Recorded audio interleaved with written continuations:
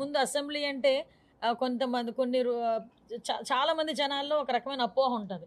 అసెంబ్లీకి వెళ్ళి కొంతమంది ఏదో గొడవలు పడతారు, బూతులు మాట్లాడుకుంటారు అనే పొజిషన్ నుంచి అసెంబ్లీ అంటే అలా కాదు జరిగేది, ఇలా జరగాలి అని చెప్పి ఒక మోడల్లోని పక్కన ఒక మంచి సెట్ వేసి ఆ పిల్లల్ని కూడా ఇన్వాల్వ్ చేసి ఆ రోజు అసెంబ్లీ నడిపించిన తీరు, ఈ రోజు మొన్న చాగంటి కోటేశ్వరరావు గారు లాంటి వాళ్ళని పిలిచి ఎథికల్తో కూడిన విద్యను అందించాలి అని చెప్పడం, ఇలాంటివన్నీ కూడా విద్యార్థుల్లో ఒక రకమైన పాజిటివ్ యాటిట్యూడ్ రావటమే కాదు, వాళ్ళ తాలూకా జీవితాల మీద వాళ్ళకు ఒక భరోసా కల్పించే విధంగా ముందుకు తీసుకెళ్ళడం. అంటే ఏదో మాకు అకాడమికల్గా చదువు చెప్పేసాము, మీకు ఫస్ట్ ర్యాంకులు వచ్చినాయా, 1 1 1 2 2 2 అనుకున్నామా అన్నది కాదు మా కాన్సెప్ట్. పిల్లలకి ఎథికల్తో కూడిన విద్యను అందించాలి, వాళ్ళు భవిష్యత్తులో గౌరవప్రదంగా బతకాలి అనే ఉద్దేశంతో ఈరోజు గవర్నమెంట్ తీసుకుంటుంది. దానిలో భాగంగానే రేపు పేరెంట్ టీచర్ మీటింగ్ కూడా ఏర్పాటు చేసుకున్నాం. దానికి కూడా ప్రజలందరూ కూడా, తల్లిదండ్రులందరూ కూడా సహకరించాల్సిందిగా మేము మనస్ఫూర్తిగా కోరుకుంటున్నామండి. ఇంకా ఏదైనా విజయనగరం డెవలప్మెంట్ విషయాల్లో ఎక్కడ కూడా రాజీ లేకుండా ముందుకు తీసుకెళ్తున్నామని చెప్పి తెలియజేసుకుంటున్నాం. 19 నెలల కూటమి పాలనలో 17 ప్రభుత్వ వైపు వస్తే ఇంతవరకు ఇన్పుట్ సబ్సిడీ కూడా ఇవ్వలేదు. అలాగే రాష్ట్రంలో అశాంతి భద్రతలు ఎక్కువయ్యాయి. ఇలా వెన్యూ వ్యాఖ్యలు చేయడం జరిగింది. దాని గురించి ఓ పని చేయమనండి, 16 నెలల్లో ఆయన 16 రోజులు కంటిన్యూగా ఎక్కడున్నాడో చెప్పమనండి. ఆంధ్రప్రదేశ్లో ఉంటే నేను సమాధానం చెప్తాను. ఇప్పుడు 16 నెలలు అయింది, 16 రోజులు కంటిన్యూగా ఆంధ్రప్రదేశ్లో ఉండి మాట్లాడమనండి, డెఫినెట్గా నేను సమాధానం చెప్తాను. అంతే తప్పించి చుట్టపుచ్చుపుకొచ్చేవాడిలాగా ఎప్పుడో వస్తాను ఫ్లైట్ వేసుకొని వచ్చి ఏదో బురద జల్లేసి వెళ్ళిపోతానంటే కాదు. ఇక్కడికి వచ్చిన తర్వాత పోనీ వరదలు వచ్చినాయని చెప్పారు కదా, ప్రకృతి వైపరీత్యాలు వచ్చినాయి అన్నారు కదా. ఎన్ని ప్రకృతి వైపరీత్యాలకి ఒక ప్రతిపక్ష హోదా అతనికి అసెంబ్లీలో లేకపోయినా ప్రతిపక్ష నాయకుడిగా ఒక పులివెందుల ఎమ్మెల్యేగా ఉన్నాడు కదా. సో ఎంతమంది దగ్గరికి వెళ్ళి పరామర్శ చేశారు, ఎంతమంది దగ్గరికి వెళ్ళి, అంటే పరామర్శలు చేయడం అంటే మామిడి రైతుల దగ్గరికి వెళ్తున్నానని చెప్పి మామిడికాయలన్నింటినీ ఏదో సినిమా సెట్టింగ్ వేసిన రోడ్డు మీద తీసుకొచ్చి చేయడం కాదు కదండి. చిత్తశుద్ధితో పనిచేయమనండి, చిత్తశుద్ధితో అడగమనండి, డెఫినెట్గా మేము సమాధానం చెప్తాం. అంతే తప్పించి బురద చల్లే కార్యక్రమాలు చేస్తాము, ఏదో ఒక్కొక్క రోజు కూర్చొని 2 గంటలు 3 గంటలు ప్రెస్ మీట్లు ఇచ్చేసి వెళ్ళిపోతామంటే కాదు.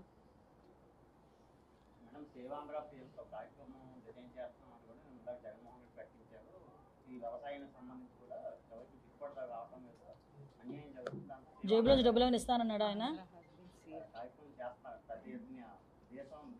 అంటే లాస్ట్ ఆయనకు అర్థం కానిది ఏంటంటే, ఆయన రైతు భరోసా అని చెప్పి అదే కదా, ఇప్పుడు సేవ్ ఆంధ్ర మొన్న 2024లోనే save Andhra already declared by people, Andhra people.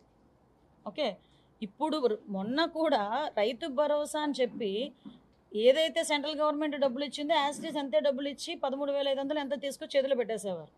ఈరోజు దానికి ఎక్స్ట్రా 6,000 రూపాయలు ఇస్తున్నాం మేము. ఈరోజు ఒకసారి బయటికి రమ్మనండి, అన్నదాత సుఖీభావ కింద లాస్ట్ టైం ఇచ్చిన రైతుల కన్నా ఈరోజు ఎక్స్ట్రా రైతులు ఇస్తున్నాం మేము, ఈరోజు ఎక్స్ట్రా డబ్బులు ఇస్తున్నాం. ఈరోజు రైతులకి గిట్టుబాటు. ఇంకొక విషయం, ఒకసారి రోడ్డు మీదకి వస్తే రైతులు చెప్తున్నారు, ఈరోజు మాకు ఈ ధాన్యం కొనుగోలు సెంటర్లో మేము ఇచ్చిన తర్వాత 24 అవర్స్లో మాకు డబ్బులు పడుతున్నాయని. ఈరోజు 85% ఆఫ్ డబ్బులు 24 అవర్స్ లోపే డబ్బులు వేసిన సందర్భం ఈరోజు విజయనగరం జిల్లాలో ఉంది. ఏం మాట్లాడుతున్నాడు ఆయన? ఇంతకు ముందు నెలల తరబడి ఉండిపోయేవారు.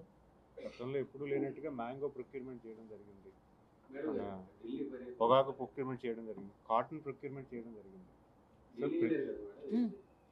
ఢిల్లీ మోంతా తుఫానుకి సంబంధించి రిపోర్ట్ గౌరవ మంత్రి గారు హెచ్ఎం గారికి, అమిత్ షా గారికి, అదేవిధంగా మన వ్యవసాయ శాఖ మంత్రి గారికి కూడా ఇవ్వటం జరిగింది. ఓవరాల్గా గాడ్స్ గ్రేస్ ఏంటంటే, ఇక్కడ జరుగుతున్న సిచ్యువేషన్స్ని కూలంకషంగా వాళ్ళు కూడా అబ్జర్వ్ చేస్తున్నారు, మనకి తగిన సహాయం కూడా అందజేస్తున్నారు.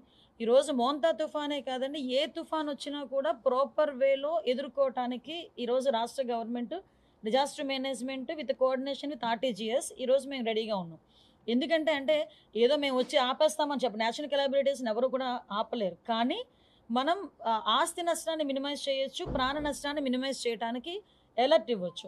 ఫర్ ఎగ్జాంపుల్, ఇప్పుడు మీరు అందరూ ఉన్నారు కాబట్టి చెప్తున్నా, ఆర్టీజీఎస్ అదేవిధంగా డిజాస్టర్ మేనేజ్మెంట్ కొలాబరేషన్తో ఎలా పనిచేస్తామంటే, ఫర్ ఎగ్జాంపుల్ ఏదైనా తుఫాన్ ఉంది, ఈ తుఫాను ఏ టైం నుంచి ఏ టైం వరకు ఎంత స్పీడ్లో వస్తుంది, ఏ టైంలో ల్యాండ్ ఫాల్ అవుతుంది, ల్యాండ్ ఫాల్ అయితే కనుక ఎంత ఏరియా పారామీటర్స్లో ఉన్న ఏరియా డ్యామేజ్ అవుతుంది, ఎంత క్రాప్ డ్యామేజ్ అవుతుంది, దీనికి సంబంధించి ఆ పరిధిలో ఎన్ని సెక్రటేరియట్స్ ఉన్నాయి, ఇప్పుడు వీళ్ళకి కలెక్టర్ గారు వాళ్ళకి కూడా వచ్చే ఇన్ఫర్మేషన్ వీళ్ళకి మీరు పలానా విలేజ్ అని చెప్పట్లే, పలానా సెక్రటేరియట్స్ పరిధిలో అని చెప్తున్నారు.